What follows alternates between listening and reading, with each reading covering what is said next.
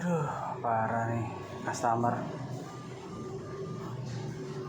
Angkut sendiri loh, dikerjain gue.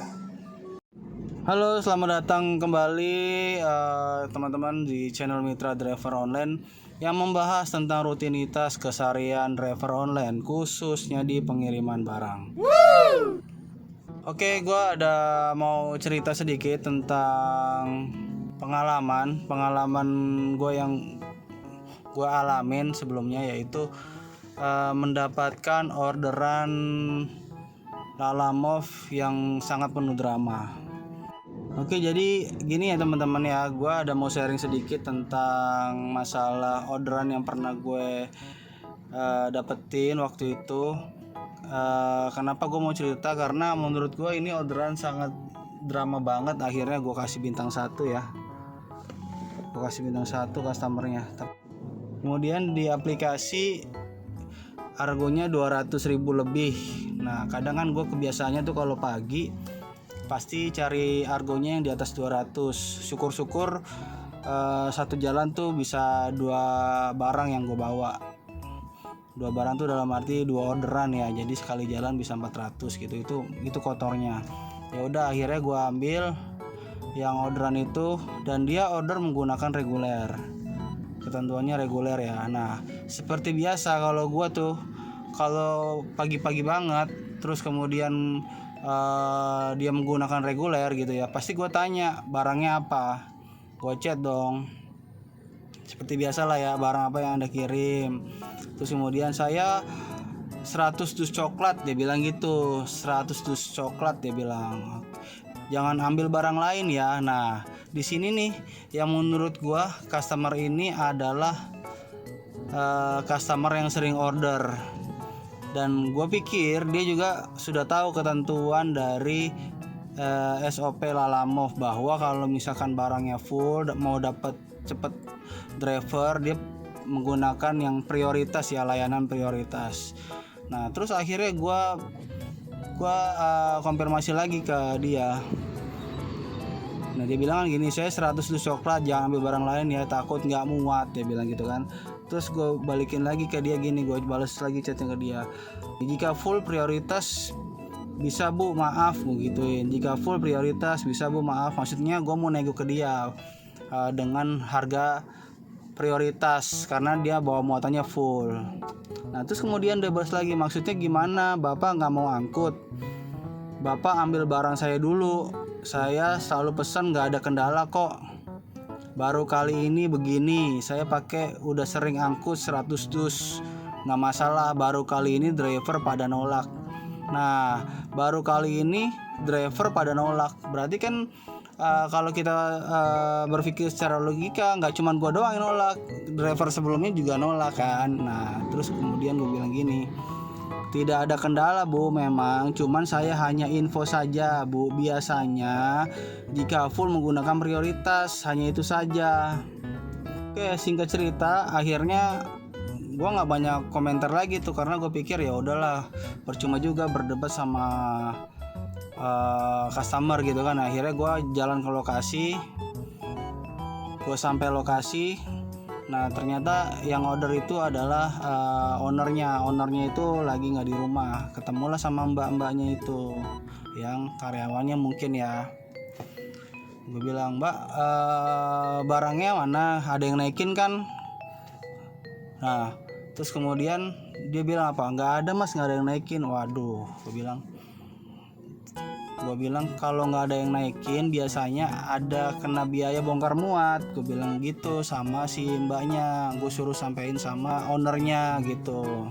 Terus mbaknya bilang gini, biasanya nggak ada biaya tambahan kok mas, biasanya si driver langsung ambil barangnya gitu, langsung mereka juga yang muatin gitu. Gue pikir masa sih ada driver yang mau gitu 100 dus loh, udah gitu pengambilannya nggak deket loh, maksudnya ngambilnya harus ke dalam lagi, ke dalam rumahnya dia, ngangkut dari dalam terus masukin ke mobil kita, terus kita juga yang susun 100 dus. Coba bayangin, masa ada driver mau? Ya mungkin aja kalau cuman 2 dus, 3 dus, 5 dus oke lah, kita juga ngerti, nggak mungkin kita minta biaya bongkar muat karena cuman cuma 5 dus itu nggak masalah kalau bagi gue bantu.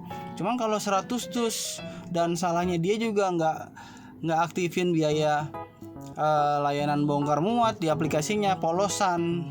Jadi biaya tolnya juga nggak ada di sana, terus kemudian biaya bongkar muatnya juga nggak ada, dan paling sialnya lagi di sono juga nunggu bongkar muatnya, dan di situ nggak ada dia bikin cantumin untuk biaya tunggunya, nggak ada.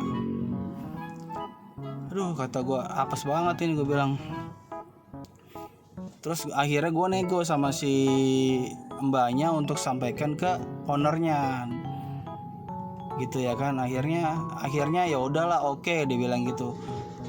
Gue pikir ini orang harusnya tahu ya, dia tahu nih, cuman dia kayaknya memang mau nggak mau bayar gitu ya. Syukur-syukur dia dapat driver yang mau bantu gitu aja tanpa dibayar. Aduh, kata gue jangan kayak gitulah, karena setiap tenaga kita itu ada harganya kalau ketentuan dari SOP Lalamove.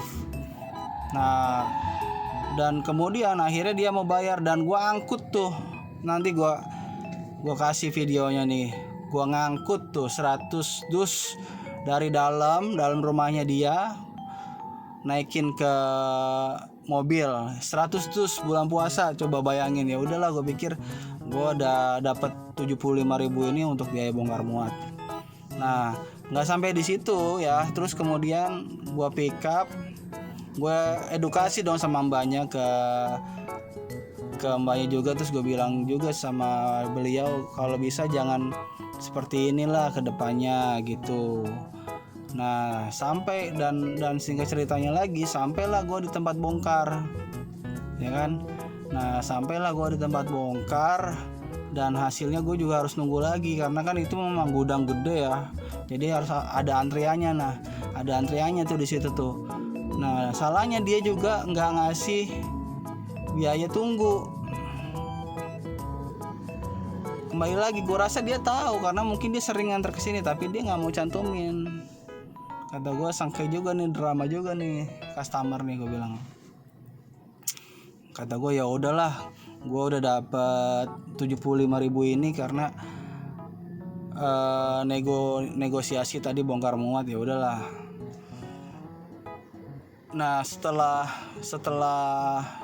sampai dengan antrian gue bongkar lah, dan bongkaran itu ada biaya TKBM-nya 20.000. Nah kan, kalau secara logika tadi gue nggak minta tuh biaya tambahan, gue nombok ya kan.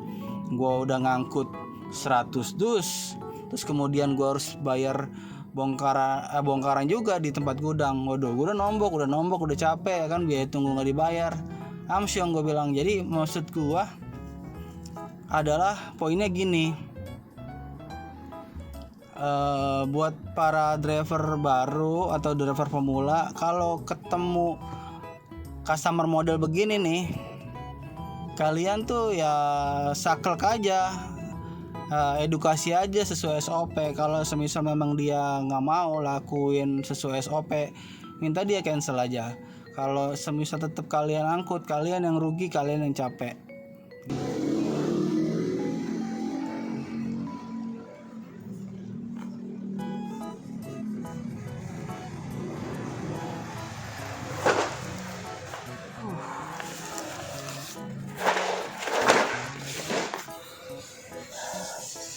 Udah ya Mbak ya? Hah? Oh iya, silakan.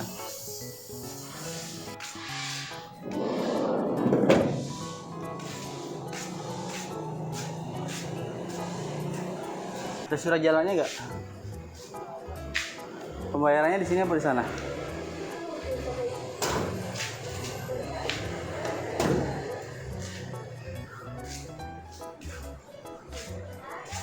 Hah? Langsung aja.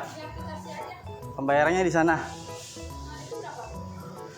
215 sama 75.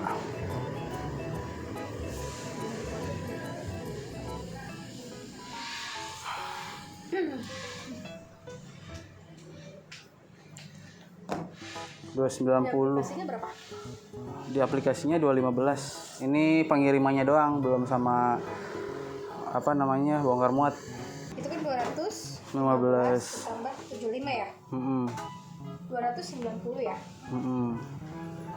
Mau lewat tol nggak? Tol 11.000. Kalau itu tanya sama penerima. Oh, penerima. Oh ya udah, berarti saya rembes ke sana aja kali ya nanti ya. Oh, coba aja deh. Oke. Oke, Pak. Iya. 290 ya. 290. Oke. Kita Kasih ya. Ayo. Terima kasih. Sama yang tadi order Ibu Meli ya? Yang Iya. order. Oh ya. Ibu Meli di sini apa di sana? Di PT? Lagi di luar. Oh, maksudnya yang di sini. Oh ya udah. Iya, maksudnya sore aja ya. Ini mah kita informasiin aja. Kalau misalkan ada bongkar muat, harusnya dia cantumin di sini bongkar muatnya. Gitu. Jadi jangan mau dikadalin sama customer. Dia cuman mau pengiriman murah, tapi tidak mikirin kita sebagai driver, terus sebagai yang punya kendaraan. Dia nggak mikirin. Dia cuman mikir barang dia sampai bayar murah.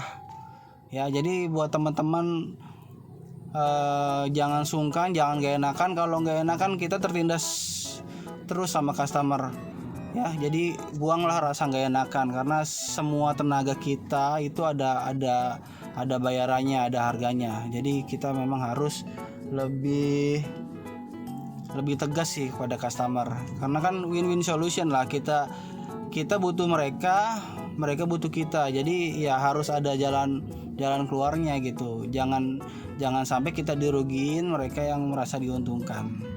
Nah, mungkin itu pembelajaran juga buat saya, khususnya buat gua ya. Jadi ya mudah-mudahan video ini bermanfaat buat teman-teman, khususnya buat pemula ya, driver baru online. Jangan mau kalau semisal dikadalin driver yang lain nggak ada tuh biaya angkut, jangan mau. Kalau cuma 5 barang ya oke lah, kalian bantu aja dengan ikhlas, nggak apa-apa. Tapi kalau di atas 50 atau di atas 20 barang kalian angkut, ya itu nggak bisa ditoleransi. Kalian harus minta biaya bongkar muat. Nah, jadi kita juga harus lebih smart lah, karena tadi banyak customer nakal juga, oknum customer nakal ya. Jadi bukan customer, jadi nggak semuanya customer, cuman oknum customer aja beberapa. Ya mungkin segitu aja video yang bisa gua share. Mungkin nanti kedepannya kalau gua dapet customer atau hal-hal lainnya yang bisa gua share dan bermanfaat buat teman-teman, akan gua share ya. Oke, thank you. Itu aja. Wassalamualaikum warahmatullahi wabarakatuh. Sampai ketemu di video berikutnya. Bye bye.